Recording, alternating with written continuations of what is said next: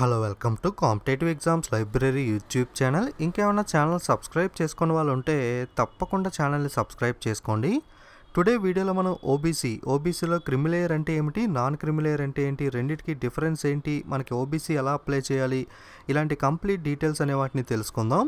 మనకి జనరల్గా మనకి 10th ఇంటర్ లెవెల్లో మనకి బీసీ సర్టిఫికేట్ ఉండేది, టెంపరీ పర్మనెంట్ అనేవి. సో మ్యాక్సిమం అన్నిటికీ కూడా ఆ సర్టిఫికేట్స్ ఉంటే సరిపోయేవి. కానీ మనకి ఎప్పుడైతే competitive exams like central government jobs అనేవి ఉంటాయో, like railway exams, SSC, bank exams ఇలాంటివి రాసేటప్పుడు మీకు బీసీ రిజర్వేషన్ ఉండాలంటే ఖచ్చితంగా ఓబీసీ నాన్ క్రిమిలేయర్ సర్టిఫికేట్ అనేది ఉండాల్సి ఉంటుంది. సో ఓబీసీ నాన్ క్రిమిలేయర్కి మీరు ఎలిజిబుల్ అయితేనే మీకు ఓబీసీ రిజర్వేషన్ అనేది ఉంటుంది. ఓకే, సో ఒకసారి డీటెయిల్స్ చూసినట్లయితే మనకి ఓబీసీ సర్టిఫికేట్ అంటే అదర్ బ్యాక్వర్డ్ క్లాసెస్లో మనకి 2 రకాలు ఉంటాయి. ఒకటి మనకి creamy layer OBC, 2 non creamy layer OBC. So మీకు గవర్నమెంట్ జాబ్స్లో ఓబీసీ రిజర్వేషన్ ఉండాలంటే ఖచ్చితంగా ఈ నాన్ క్రిమిలేయర్ ఓబీసీ అనేది ఉండాల్సి ఉంటుంది. ఇన్ కేస్ మీకు ఈ నాన్ క్రిమిలేయర్ ఓబీసీ లేకపోతే కనుక క్రిమిలేయర్ ఓబీసీ కిందకి కనుక మీరు వస్తే కనుక మీరు అన్రిజర్వ్ జనరల్ కేటగిరీలో అప్లై అనేది చేసుకోవాల్సి ఉంటుంది. మీరు ఓబీసీకి ఎలిజిబిలిటీ ఉండదు నాన్ క్రిమిలేయర్ లేకపోతే కనుక. సో ఒకసారి వివరంగా చూసినట్లయితే ఓబీసీ నాన్ క్రిమిలేయర్ అవ్వాలి అంటే ఏముండాలంటే మీ యొక్క టోటల్ ఫ్యామిలీ ఇన్కమ్ అనేది 8 లక్షలు లేదా అంతకన్నా తక్కువ ఇన్కమ్ అనేది ఉండాలి. అప్పుడే మీరు ఓబీసీ నాన్ క్రిమిలేయర్ కేటగిరీ కిందకి రావడం జరుగుతుంది. అలాగే మీ యొక్క క్యాస్ట్ ఏదైతే ఉందో అది సెంట్రల్ ఓబీసీ లిస్ట్లో ఉండాల్సి ఉంటుంది. సో బీసీలో ఉన్న అందరూ కూడా ఓబీసీ కిందకి రారు. బీసీలో ఉన్న కొన్ని క్యాస్ట్లు అనేవి ఓబీసీలో ఉండకపోవచ్చు, కొన్ని క్యాస్ట్లు అనే వాటిని తొలగించడం, యాడ్ చేయడం చేస్తూ ఉంటారు. కాబట్టి మీరు సెంట్రల్ ఓబీసీ లిస్ట్లో మీ క్యాస్ట్ అనేది ఖచ్చితంగా ఉందో లేదో చెక్ చేసుకోవాల్సి ఉంటుంది. మీరు మీ సేవ ఆర్ ఎంఆర్ ఆఫీస్కి వెళ్తే కరెక్ట్గా ఇన్ఫర్మేషన్ తెలుస్తుంది. ఆన్లైన్లో లిస్ట్ ఉంటుంది కానీ మనకి కొన్నిటిని యాడ్ చేయడం, డిలీట్ చేయడం వల్ల మనకి అప్డేట్ అనేది ఉండదు. కాబట్టి మీకు ఎంఆర్ ఆఫీస్లో అయితే కరెక్ట్ ఇన్ఫర్మేషన్ అనేది దొరుకుతుంది. మీరు సెంట్రల్ ఓబీసీ లిస్ట్లో మీ క్యాస్ట్ అనేది ఉండి మీ ఫ్యామిలీ ఇన్కమ్ కనుక 8 లక్షల కన్నా తక్కువ ఉంటే కనుక మీరు ఓబీసీ నాన్ క్రిమిలేయర్ కిందకి రావడం జరుగుతుంది.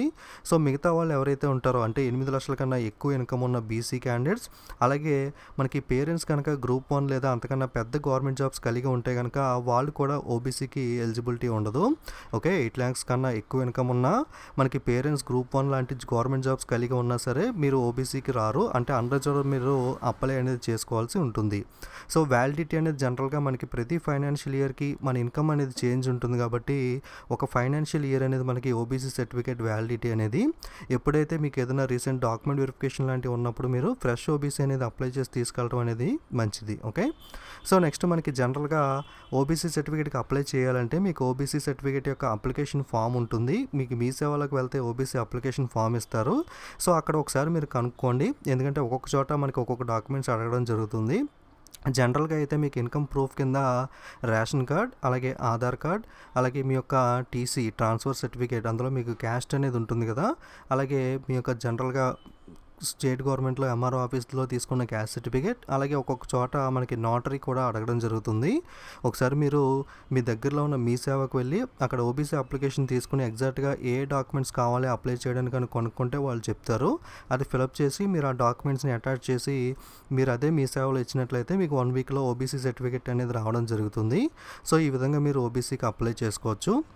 ఓకే, సో మీకు ఓబీసీ అప్లికేషన్ ఫామ్ అనేది ఈ విధంగా ఉంటుంది. మీకు మీ సేవకు వెళ్తే కనుక ఈ అప్లికేషన్ ఫామ్ అనేది ఇస్తారు. ఈ అప్లికేషన్ ఫిల్ చేసి అక్కడ మీరు ఏం కావాలో క్లియర్గా కనుక్కొని వాటిని దీనికి అటాచ్ చేసి ఇచ్చినట్లయితే మీకు వాటిని స్కాన్ చేసి మీకు రిసిప్ట్ ఇస్తారు. 1 week తర్వాత మీకు మెసేజ్ వచ్చిన తర్వాత వెళ్తే కనుక ఓబీసీ సర్టిఫికేట్ అనేది ప్రింట్ తీసి ఇవ్వడం జరుగుతుంది. ఓకే, మీకు ఓబీసీ సర్టిఫికేట్ అనేది ఈ విధంగా ఉంటుంది. Other backward class OBC certificate అని ఇక్కడ మీకు పైన అప్లికేషన్ నెంబర్, మీ పేరు, మీ క్యాస్ట్, మీ అడ్రస్ ఇవన్నీ కూడా ఉంటాయి. మెయిన్ ఇంపార్టెంట్ పాయింట్ ఏంటంటే ఇక్కడ లాస్ట్ పేరాలో she or he does not belong to creamy layer, ఈ పాయింట్ అనేది చాలా ఇంపార్టెంట్. మీకు నాన్ క్రిమిలేయర్ సర్టిఫికేట్ అంటే అర్థం ఏంటంటే he does not belong to creamy layer అని ఉండాలి. ఇలా ఉంటే మాత్రమే మీకు ఓబీసీ నాన్ క్రిమిలేయర్ ఉన్నట్టు, అప్పుడు మాత్రమే మీకు ఓబీసీ రిజర్వేషన్ అనేది వర్తిస్తుంది. ఓకే, సో అర్థమైంది అనుకుంటాను మీకు OBC creamy layer, non creamy layer difference, అలాగే ఓబీసీ సర్టిఫికేట్ ఎలా అప్లై చేయాలని. మీకు మీ సేవకు వెళ్తే సింపుల్గానే మీకు ఏపీ లేదా తెలంగాణలో కూడా 2 చోట్ల కూడా మీకు ఈజీగానే ఓబీసీ అనేది దొరుకుతుంది. ఓకే, సో ఇది మనకి ఓబీసీ సర్టిఫికేట్కి సంబంధించిన అప్డేట్ అనేది. మీ ఫ్రెండ్స్ అందరికీ కూడా షేర్ చేయండి, వాళ్ళు కూడా ఇన్ఫర్మేషన్ అనేది తెలుసుకుంటారు. Okay, thank you.